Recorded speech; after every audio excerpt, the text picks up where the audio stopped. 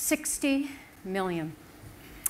Those were the faces of some of the 60 million men, women, and children around the world today who are refugees or displaced. That is more than at any other time since World War II. And I think we have to today acknowledge that our responsibility to welcome has become so vast because so many countries have failed in their responsibility to protect.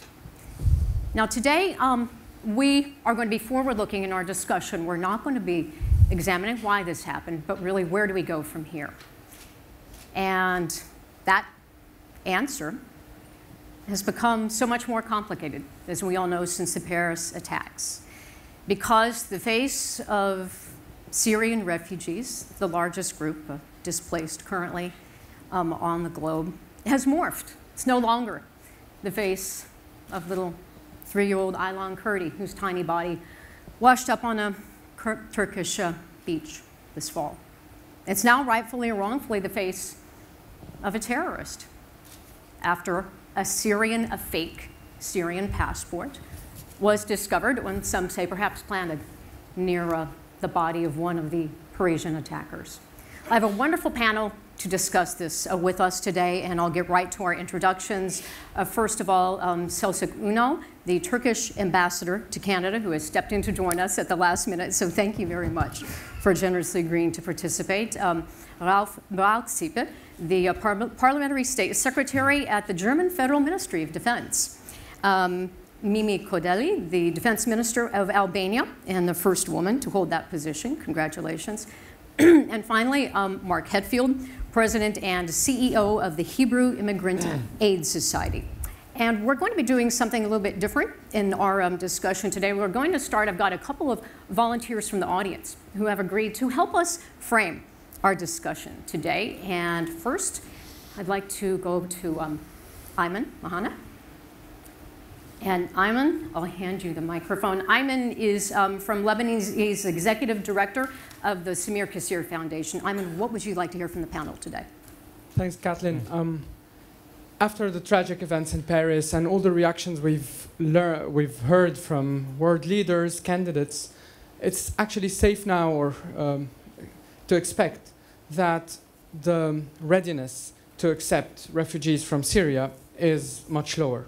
So this means automatically that they are more likely to stay where they are today. So in the current host countries today, 5 countries, Turkey, Lebanon, Jordan, Iraq, and Egypt, have 95% of Syrian refugee population. So they're likely to stay. What's the policy toward these host countries? No help means more illegal immigration and more social tensions with host communities in societies that are already divided, already sectarian. More help requires means, funding, support to civil society organizations, support to local policing, support to humanitarian efforts, but also support to local economies. It requires a lot of money at times of budget cuts. So yes, the solution is to end the war. Yeah, we know that. But meanwhile, what to do? Thank you, Ayman. And next, I would like to go to Ellen Leifson. Ellen is longtime head of the Stimson Center and a first-timer here at Halifax. So welcome, Ellen. Thanks, Kathleen. So my question may be a little bit beyond the scope, since our panel is mostly looking at the issues of absorbing refugees in Europe, but a little bit in the spirit of Ahmed Rashid's comment earlier this morning, how we want to see a sort of taking responsibility in the region. You've talked about the terrible burden and the disproportionate burden on the immediate neighbors of Syria of absorbing refugees. But my question is, why haven't we seen greater support and involvement of the relatively stable and wealthy countries of the Arab Gulf in trying to address the refugee crisis? Obviously, the choice is partly the refugees, where they are more attracted to Europe and its soft power than they are perhaps to living in the Arab world. But if we think of this as a temporary resettlement until they can return to Syria, I really do think there are countries beyond Europe. Canada and the United States are obviously doing their part now, perhaps not sufficiently, but doing their part, trying to do their part. But my question is there a conversation about sharing the burden within the Middle East countries, particularly those countries that are wealthy and relatively stable? Thank you, Ellen. And finally, I'd like to end with Muaz Mustafa. He's Executive Director of the Syrian Emergency Task Force. Muaz. Thank you. And I just want to bring up a note. And first, I want to start off by saying that none of these refugees, and I've seen it for myself, want to leave. They want to come back, and they will be coming back as soon as there is any sort of protection for them, especially by the number one reason that they're fleeing, which is the barrel bombs, the Russian bombing, Hezbollah, etc., and of course the oppression of ISIL. But are we not playing right into the hands of ISIL when we talk about and sort of increase the hysteria that's going on, especially in the United States, about who these people are, that we don't really want to receive them? ISIL has publicly condemned all Syrians that have left, and they have publicly condemned anybody that has left and went to Europe and other places, because it goes against their narrative that they should be back in ISIS territory, which is supposed to be the refuge for all of them. And I think there are a lot of questions to ask about this indestructible fake Syrian passport that was carried by a European national who would travel much easier with his own European passport than anything else. So how much are we playing into, right into the hands of ISIL propaganda, which wants us to hate and question and stop refugees from coming? Thank you so much. Mark, I'd like to go to you first and start with the first question with Ayman's. Obviously, we're seeing not only in the United States, but in other parts of the world, we're seeing leaders, many of them largely conservative, coming out and saying, we don't want Syrian refugees in our country. We think they're a threat. I know I watched, as you testified before Congress on Thursday on this very subject, the same day that the House of Representatives voted to essentially block any further Syrian refugees from entering the United States. So what do you say to Ayman? What do you say to these other countries, Jordan to Turkey, who are bursting at the seams with Syrian refugees? What do they do now? Right. I mean, I don't know what to say to them. I mean, that's exactly the problem. Ahmed Rashid, I'll also quote him from earlier today when he said that for 4 years, for 5 years, the world didn't really pursue a diplomatic solution for Syria, seriously. And it's the same thing for the refugee situation, where the refugees have been pouring out of Syria for the last 4.5, 5 years, and the international community just stood by in awe and watched Lebanon and Jordan and Turkey in particular take thousands, then tens of thousands, then hundreds of thousands, and then millions of refugees, and we just sat back. The international community gave some money, but not much, not nearly enough, and now those countries are all beyond the saturation point. The problem is that while the Refugee Convention is a great instrument, it's only about the relationship between the refugee and the host country, the refugee and the first country he or she encounters. What we really need is a multilateral approach to this problem. We need to go beyond the Refugee Convention, and the international community needs to step in and really offer substantial assistance to these countries. Not 10,000, which is what President Obama offered and which the Congress seems to be rejecting.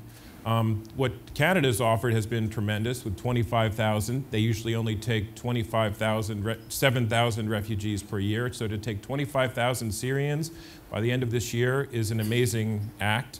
And Germany and Sweden really deserve a lot of credit because they have borne a lot of responsibility and been very welcoming to refugees coming in. But the European Union has failed as an entity, as a union, to take care of the refugee problem. So I don't have an answer other than the fact that the United States and the European Union, and certainly the Gulf states, have really failed to live up to their responsibilities and have an appropriate response to this, which is the biggest refugee crisis of our lifetime.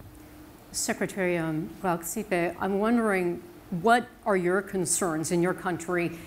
Are you worried that any of the Syrian refugees who you've taken in pose any kind of security threat to your nation, any of the Syrian refugees who you've already welcomed? And I know your nation is expected by the end of the year to have taken in perhaps as many as 1 million migrants, the largest number of them being Syrians. And what do you say to Muaz's concern that by especially some of these leaders in the United States and other countries demonizing Syrian refugees, we are playing into the hands of ISIL propaganda? Well, what I can say is I don't see this tendency of demonizing Syrian refugees or refugees in general. I mean, we were all shocked, and we are still under shock after what has happened in Paris in these days. I mean, as millions of other German sports interested people, I was sitting in front of my TV set and saw what happened, and we were completely shocked. But I do not see that there is a tendency to be afraid, especially of Syrian refugees. I don't see that. I mean, in my constituency, there are many Syrian refugees, and I've visited them. And there is the one who has fled from the bombs and the chemical weapons of the Assad regime, and besides, there is someone who has fled the ISIL terror. And they all share a similar fate and have come to our country to be safe from this kind of state or politically extremist terrorism. I mean, as you mentioned, there is an official estimation of some 800,000 refugees this year, and the figures that were published recently are up to 900,000. So this is a great challenge for the country. And of course, there are concerns among people. There are concerns among people, but I mean, this is not only a question of Syrian refugees. If I look at my country, I mean, Syrian people asking for political asylum are the biggest number, but they are followed by Albanians. Rank 2, third is Kosovo, fourth is Serbia. So it is not necessary that people from Albania demand political asylum in Germany, because there is no political prosecution in Albania. So refugees come from different countries. We try to take our duty.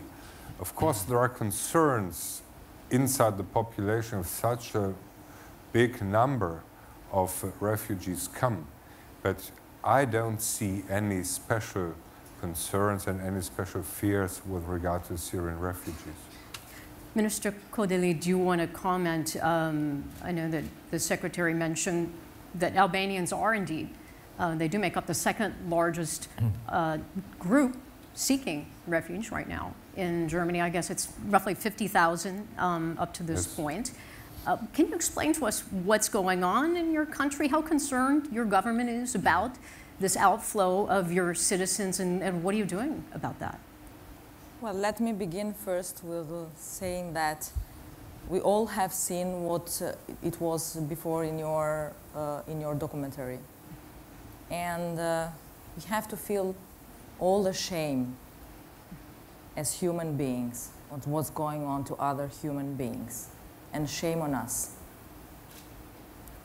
Second, of course, we have also to thank all the countries that are supporting and have been, have been shelter for all kinds of refugees, from Turkish government to the German government and to all governments, to the Canadian one that are there trying to help and support these human beings, which I have to stress, are human beings, are not evils, like, terrorists are. Why Albanians? Well, 25 years ago, Albanians had the same, let's say, path going out of running from a very tough dictatorship like ours and traveling to Europe, to Germany, to Italy mainly, to Greece. And after 25 years, they are all integrated. They have their businesses, even successful ones. They're becoming richer than the countries their second countries. And they are just, good European citizens. So integration, it's a very important question. But maybe talking about integration in this moment, it's not appropriate, because we first need to give these people a shelter and then to integrate them. Well, what if your citizens are becoming part of the problem in countries like Germany Well, you know, that I are have already to tell overwhelmed? you, in many occasions, the German ambassador and, you know, other representatives of the German government were asking for people who are, you know, well prepared in being nurses or, you know, other professions, which Germany's lack of, I guess. So they invited our citizens to go to Germany. Of course, not all of them are nurses, but this was just, you know, one momentum which still Albanians, you know, being poor, because of course I come from a poor country with new democracy, but a fragile one. And we still need to improve things in my place. But of course, somehow there are not at all comparison with the Syrians where they're coming from, at all. So most probably these people are looking for, I mean the Albanian ones going to Germany looking for more possibilities and, you know, looking for more, let's say, more chances to work to live in a better place. And in some cases, there are people which abuse with that, and they are just going there because they know that the German government or the Dutch government or the other European governments can pay. They can stay without. It's a pity saying that, but you know, that's reality. They can stay having this status of a refugee status, and then doing nothing and having some money from these governments. So it's a very complex issue anyway, but we're trying to manage it as a government. But this issue has nothing to do with the main problem, which is the Syrian refugees, problem.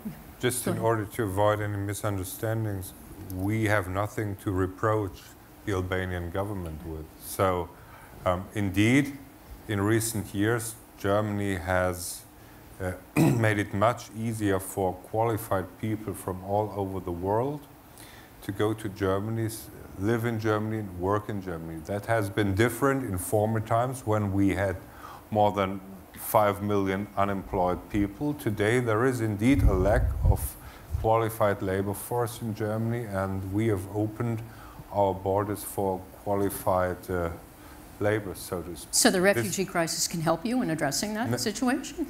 The refugee issue is a completely different thing.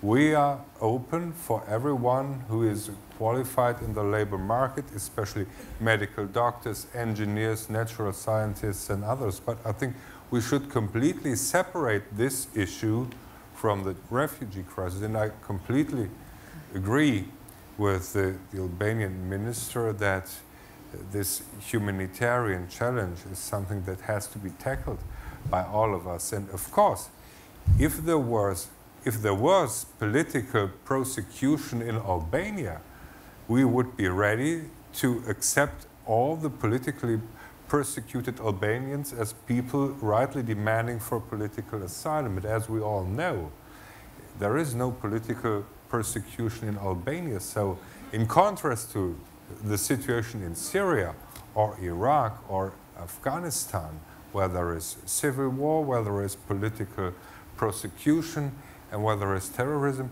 in contrast to this, countries in the Balkans, which we call safe countries of origin, NATO member states, EU applicant states, or EU member states, I mean, they share our values. There is no political prosecution, so there is no reason to ask for political asylum. And one of our problems is that the magnitude of people from countries of safe origin, especially from the Balkans, makes it more difficult for us to host people who are severely persecuted and who really need our help, for example, coming from Syria or from Afghanistan or from Iraq, for example.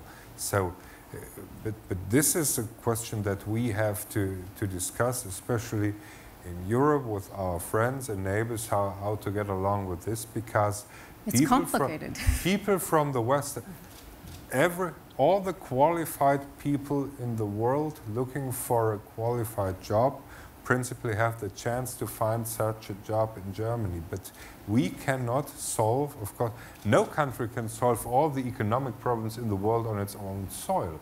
So this issue has to be clearly distinguished from the other issue. And I mean, we completely agree with our friends in the Balkans. I think it is in the common interest that people from the Balkans stay in their country and help to build up their own economies and societies. Well, to the refugee issue, Ambassador Unal, didn't mean to leave you sitting on the sidelines here. I would like you to address Ellen's question, because I know you have an estimated 2.5 million, I believe, Syrians in your country right now.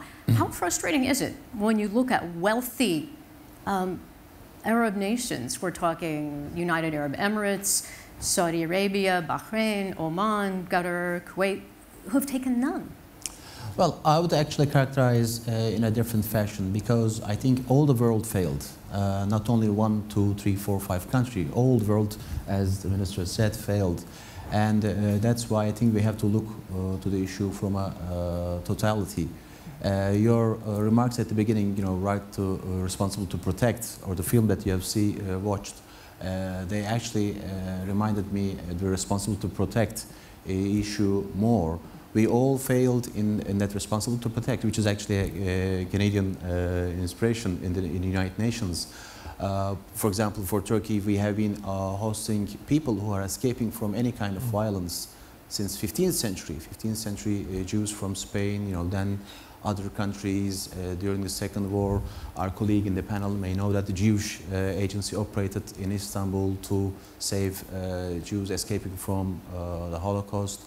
And then many other nations, Afghans, Iraqi Kurds. Our colleague from Erbil would I think, testify that 500,000 Iraqi Kurds escaped to Turkey during Saddam regime. This is a long list, but they all, whoever came, they all, the ones who stayed, they contributed to the cultural society in Turkey. That's why I think all the countries should look from a different perspective. Of course, we greatly appreciate whoever helping, but at the end of the day, I think it's a matter of political solution. A question was posed. Yes, we know that a political solution is needed, but that's the core. 25,000 people, which we appreciate Canada's attitude on that, is an important figure.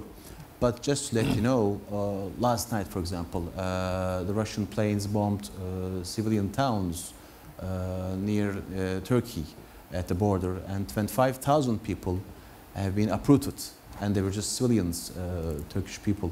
So that's why we have to find a solution to the problem in Syria first, and that's the whole world failed, I guess. Mark, I'd like to come to you to address what came up in the discussion just a moment ago between the minister and the secretary, and that is this issue of distinguishing in this crisis which are the economic migrants and which are the true refugees. And then what do you do with the economic migrants, people who are simply seeking a better life, a better job? They are not fleeing violence, persecution, threat of death. How do we persuade people to stay in their countries?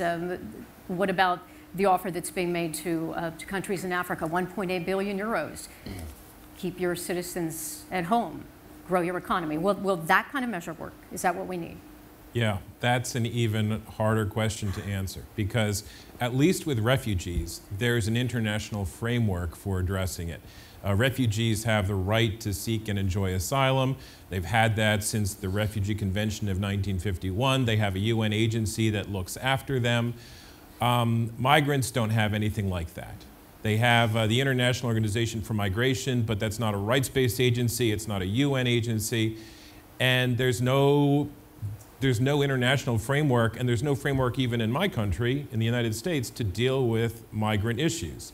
And the George W. Bush administration and the Obama administration each made it their top priority to create such a framework. They had a very similar approach from administration to administration, and both, we know that George W. Bush failed, and I'm pretty sure Obama's not going to pass immigration reform before he leaves office. So it's a very vexing problem. Clearly migrants have human rights, but there is no framework yet to address their concerns or to even acknowledge the fact that they are available to meet labor needs in countries. So instead, they go to these countries, they go to the United States, and they work under the table, they work illegally, they work under conditions which usually aren't even legal, because there's no legal means for them to do that. What we keep hearing in the United States is that people need to wait in line to get into this country, but there is no line because there's no system for dealing with the low-skilled migrants who tend to do this migration. Ambassador Unal, I wanted to come back to you on the issue of monetary aid to countries that are dealing with refugees. I know that your country right now is in discussions with the EU for potentially €3 billion package. How are those going? There are reports in the media that those talks are stalled. How would you characterize them? Well, actually, of course, I'm not in the talks. The talks have been and are being conducted between the EU officials and my authorities back home. But we don't want to be a big, huge camp because in the refugee policies, there are two principles, burden shifting or burden sharing. We don't want the burden shifting issue to be put on the shoulders of the Turkish nation, because so far we have actually spent more than $8 billion from our own pockets. In return, we have received only $417 US million. I underline million. It's quite remarkable. That's why I was emphasizing that the whole world has failed. Now, of course, we will continue to help the Syrians. But it's not the EU helping Turkey or another country. It's whoever is helping to the Syrians. It's not a help or assistance extended to Turkey. We also think about the Syrians first and foremost, because that picture captured all of our international attention. Aylan's picture. Unfortunately, it's forgotten that on that boat there were 7 other children like him. And since then, there were more than 70 children that died like that. So we should not forget these, I guess.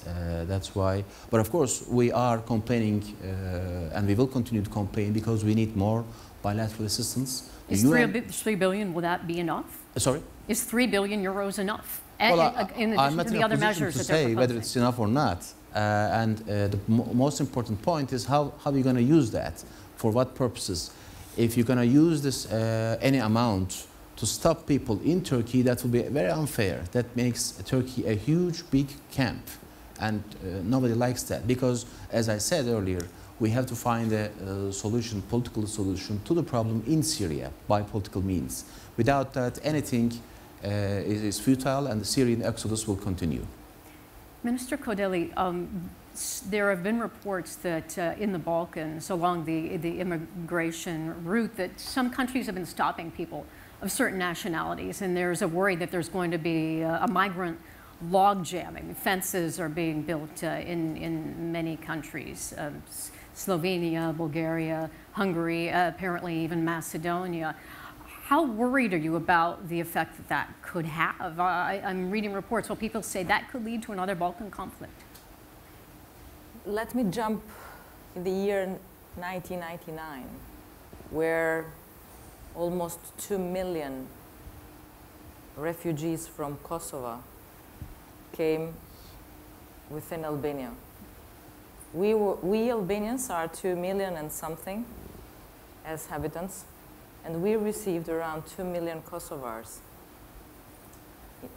We just received them, opening our houses, opening all kind of shelters, giving them, everything. How did that change your country? Of course, it changed, because the country came out stronger. yes, it might be a big, let's say, answer on that, because we were both the same nation cut into pieces. So we're Albanians. All the Kosovars speak the same language as we do. We are the motherland, okay? But I'm not saying that what we did because we're heroes. We just did because all of us had a kind of migration story. This country, Canadian, the United States, there are countries built on immigrants. So we know how to approach, and we are not going to be afraid on Syrian refugees. Of course, me personally, of the government as well, is dealing with other governments, the Italian one. We have to discuss with Montenegro, we have to discuss with Croatia, because of course these refugees would like only to pass through Albania and maybe to Montenegro, and most probably tend to go and stop in Germany, because in Albania, you know, it's not going to be a nice story for them to stay there. But of course, they will find out a lot of hospitality, even we are a poor country, and that's our approach, as simple as that. Secretary Balksipa, I wanted to go to you about the situation. If there is not an equitable distribution of the immigrants, if there continues to be resistance on the part of some of the former Eastern Bloc countries, the former communist countries, what will happen? There are some who are making dire predictions. The foreign minister of Luxembourg, the prime minister of Slovenia, saying that this could lead to the collapse of the European Union. Or do you have concerns that something that dire could occur? I don't see the danger of a collapse of the European Union. It is a challenge for all of us, no doubt about it. As I said, no country is able to solve all the problems itself. To solve itself, the problem. We have to be all of us dealing with the issue. I think no country will be able to solve all the problems which cause these refugee crisis on its own soil. So inside the European Union, we need solidarity, we need coordination, and we need burden sharing. And this is what we are discussing. And we will still have to discuss that. Let me just say, we highly appreciate the Turkish engagement in this crisis. Indeed, Turkey has carried and still carries a very high burden. And inside the EU, normally we have mechanisms, so-called Dublin mechanisms and others, that should handle the crisis. But with regard to the big number of refugees coming to Europe, they do not work at the moment the way they were supposed to work. But I think it is necessary and it is possible that the European Union comes to terms with that, and that we come to an agreement of burden sharing. I don't see that Europe or the European Union is in danger. I don't see that.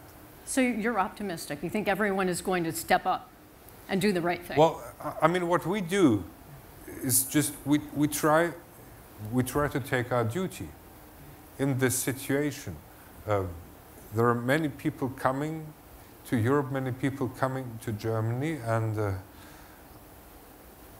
I think our task is to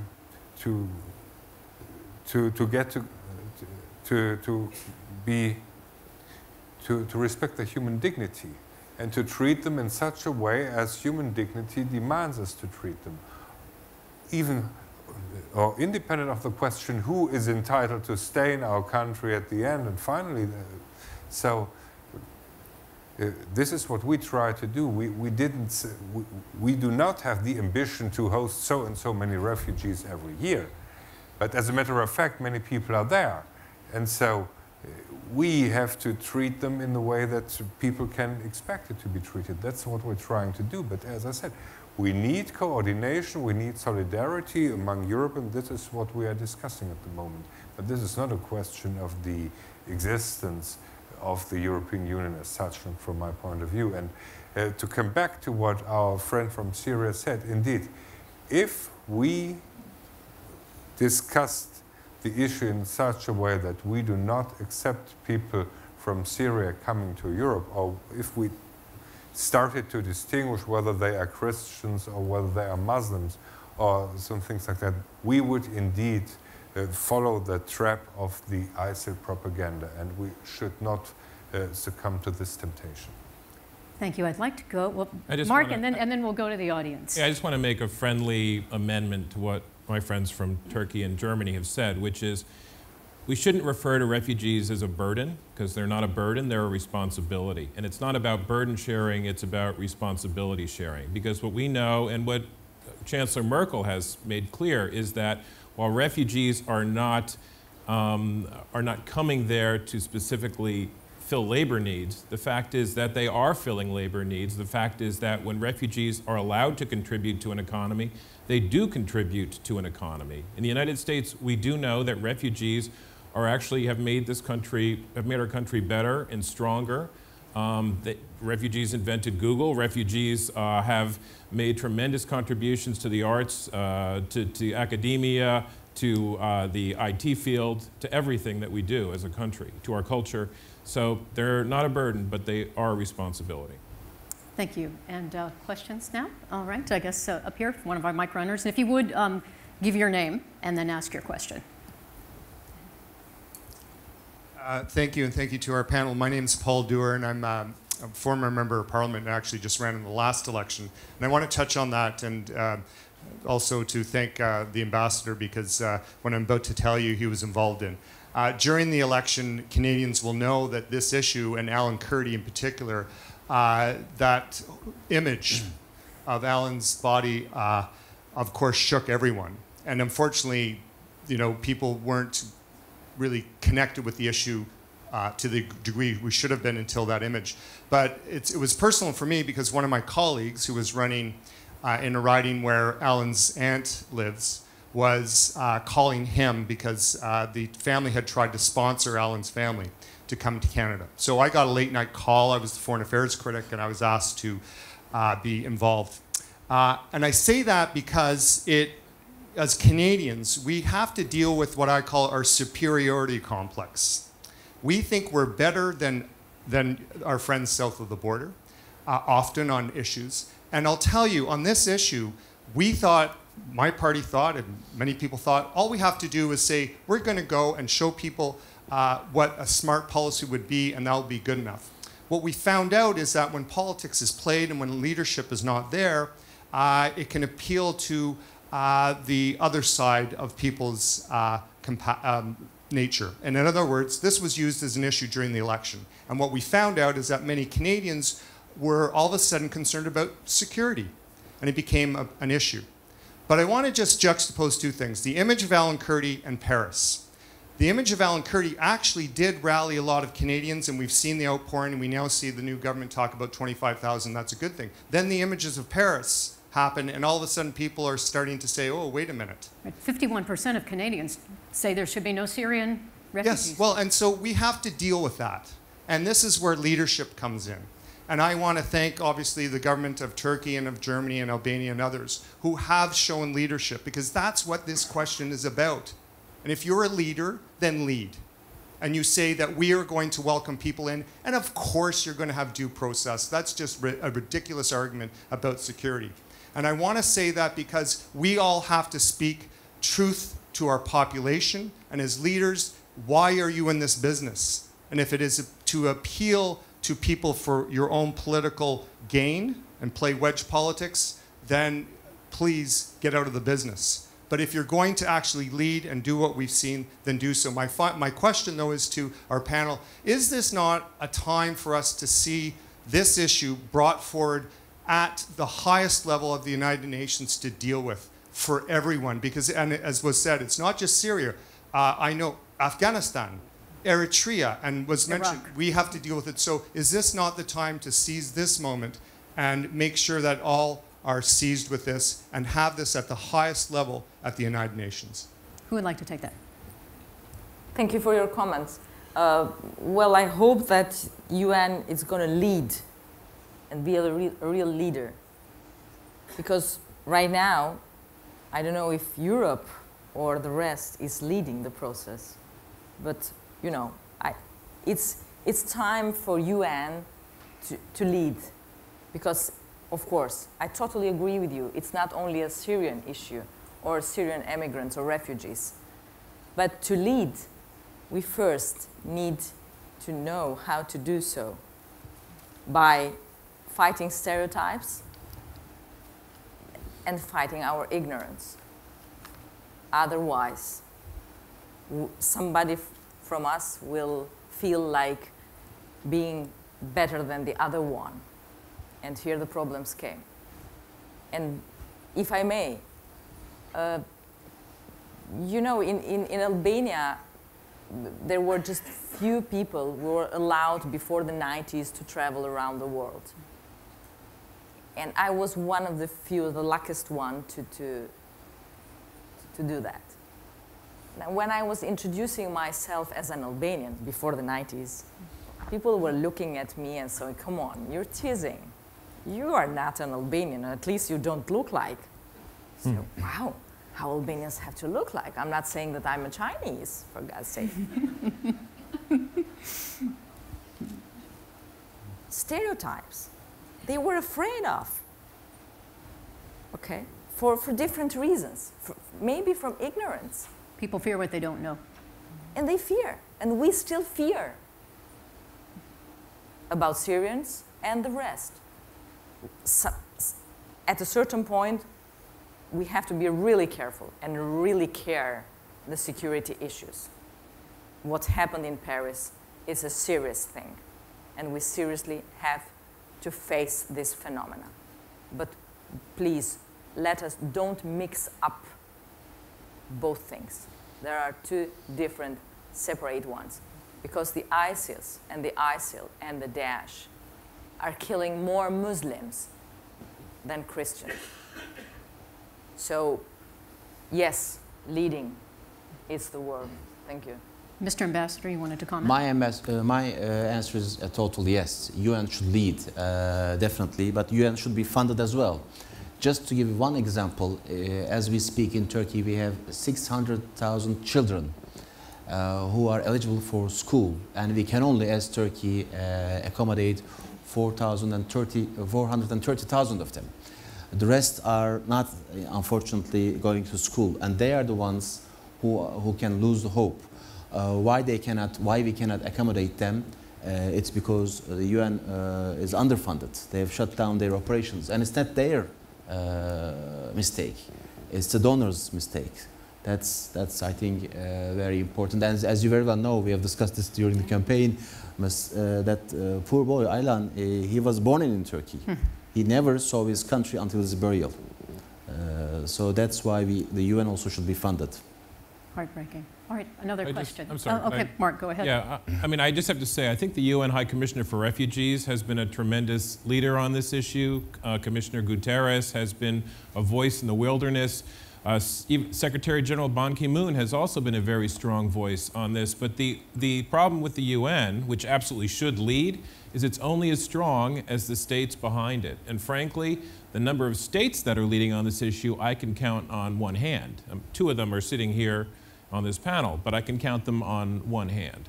So are you saying the UN can't be successful if states, even like the EU, can't succeed? Yeah, states, the European Union need to be behind the UN for the UN to succeed. The UN can't lead without the states pushing it. It just can't happen, which is why their appeal, you know, for Syrian refugees is funded at half the level it needs to be.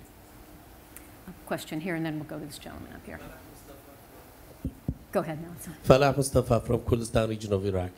Indeed, we were refugees and displaced ourselves in the past, and we are grateful for Turkey, Iran, and other European countries, and Canada for hosting our people when we were fleeing from Saddam Hussein regime. But now when the Syrian refugees are mentioned, there is no mention of Kurdistan region. The Syrian refugees who are in Iraq, 98% are in Kurdistan region. Only a few hundred are in Iraq, and Iraq gets the credit. Kurdistan region does not get the credit. but at least for Kurdistan to be appreciated, for the people of Kurdistan, for opening their border. Second, we believe the answer to the question of refugees is there and not here in these countries. Migration or refugees at normal pace is okay, but hundreds of thousands or millions, this creates a big problem. It's less costly, it's cheaper, and it's easier and better for people to stay in their countries. Therefore, I believe the answer to their question, yes, it's in the Middle East. To stabilize the Middle East, it's better than costing or spending money on them in your countries.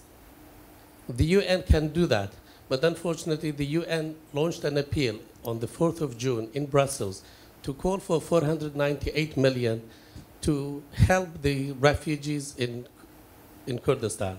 They were able only to get 39% of that, so people did not donate. We have another problem. In addition to the 300,000 Syrian refugees, we have over 1.5 million Iraqi displaced people in Kurdistan region. So they are neither refugees nor migrants, they are displaced people.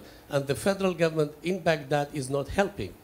So we are on the one hand at war with ISIS, against ISIS, on the other caring for 2 million refugees and IDPs, and we are at the brink of collapse because we have no budget from Baghdad. Do you have a question for one of the Well, panelists? our question is that please help Turkey, help Kurdistan region, help Jordan and Lebanon to treat these people with dignity so that they stay there and not become a problem of refugees leading to Europe or Canada or the United States. Thank you. Panelists, anyone to comment? We already did. I'm not saying by what kind of means, because it's a confidential thing, but we did something for you, sir. I don't know if you know. Okay. Thank you. All right, should we go to our next questioner here? Jean Tharour with the Washington Post. This is touched on very briefly, but I would like it if the panel discussed a little bit more the conspicuous hostility towards Syrian refugees from certain governments in Eastern and Central Europe. You have the Hungarian Prime Minister describing refugees as a civilizational threat. You have the Polish Foreign Minister suggesting we turn them back and arm them to fight ISIS. You have a leader in Slovakia suggesting that they'll only take in Christian refugees. And in many cases, we're talking about governments that are part of NATO and presumably subscribe to the community of values that NATO embodies. So I was wondering if we could talk a bit more about their role and their conspicuous position on this. Maybe I can answer as a member of a European Union country. As I already mentioned, we would play into the hands of the Islamist terrorists if we declared as Europeans that we will only host Christian refugees. We shouldn't do that. That would be to the contrary of what should be our aim. But what you mentioned with regard to our friends and partners in Eastern Europe has a lot to do with decades of communist dictatorship and with the experience of communist dictatorship. We mentioned walls and fences. If you talk about East Europe, you talk about countries that for decades had no problem with hosting refugees, but with keeping their own people, like in a prison, preventing their own people from leaving the country. This is what was the reality in Albania, as far as I know, under the Enver Hoxha communist regime, and it was the same in the former Warsaw Treaty countries. And this meant that these countries were not used to host refugees, were not used to live together with people from other countries. To some extent, we Germans experienced the same inside our own country. I come from North Rhine-Westphalia, close to Cologne and the former capital of Bonn, the former coal and steel heart of Germany. In the 1950s, we suffered the first lack of labor, and we asked people from Turkey, from Greece, from former Yugoslavia, from Spain, from Portugal, to come to our country to work in the coal mines, to work in the steel plants. And they all came, and despite problems that exist everywhere. I mean, there was and there is a peaceful living together. No one asked whether there was some Muslim from Turkey or an Orthodox Christian from Greece or a Catholic Christian from Spain or Portugal or someone from a declaredly communist country of former Yugoslavia. That didn't matter. We were used to that. And we lived together peacefully, and we still live together peacefully. So if you have, I mean, there are always exceptions, but the problem of xenophobia in Germany, so hostility against foreigners, is more a problem in regions where you hardly find any foreigners than in those regions which are used to it. So this is our German experience. And I think this has to do with the communist history of East Germany, of 4 decades of communist dictatorship, and it is similar with the countries in Eastern Europe.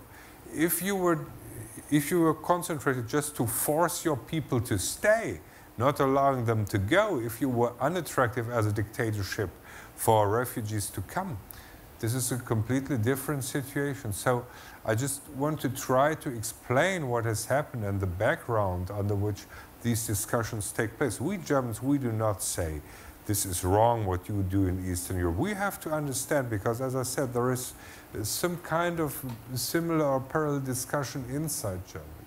But I think this is the reason.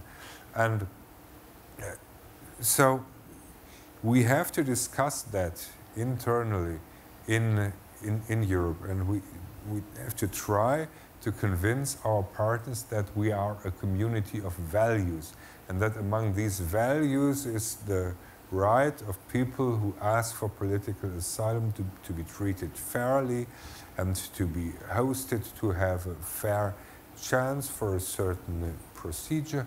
And I mean, in my country, this is still, the majority of people is still Christian, and what our Chancellor uses to say very rightly, it cannot be the task of the Muslim people in Germany to take care that Christians go to church. It is our right to go, and it is our right not to go, but this is not the responsibility of Muslims to make Christians go to Christian churches. So, insofar Muslims are no threat for the Christian majority in the country. But this is something that we have to discuss internally, and the reason is deeply rooted in the communist history of this part of Europe. Thank you, Mr. Secretary. And our next question here. Thank you. Kaina Boagash, I'm a lawyer and human rights activist. So my question would go, about the question of the GCC countries and those wealthy, stable countries that should host those refugees. My question to you is, which kind of help are you seeking from those countries when we see their records in human rights?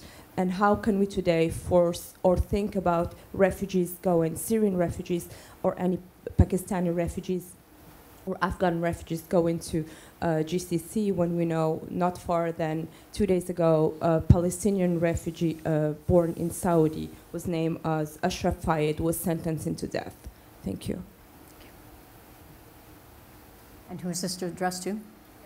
Which panelist? Yeah. Okay.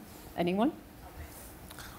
Well, I think it's difficult for 4 non-Arabs to discuss domestic Arab issues. But if I may say something, I can understand that Christian Syrian refugees do not first of all think of GCC countries as host countries to stay and to live there. But I mean, the question of solidarity is a multifold one, and it includes, of course, financial solidarity. So not just hosting people, but also supporting other people from the Arab world. So think of Jordan or Lebanon. I mean, there is the Arab League comprising 22 Arab countries, and the Lebanon and Jordan, you have a lot of refugees inside their borders are among them.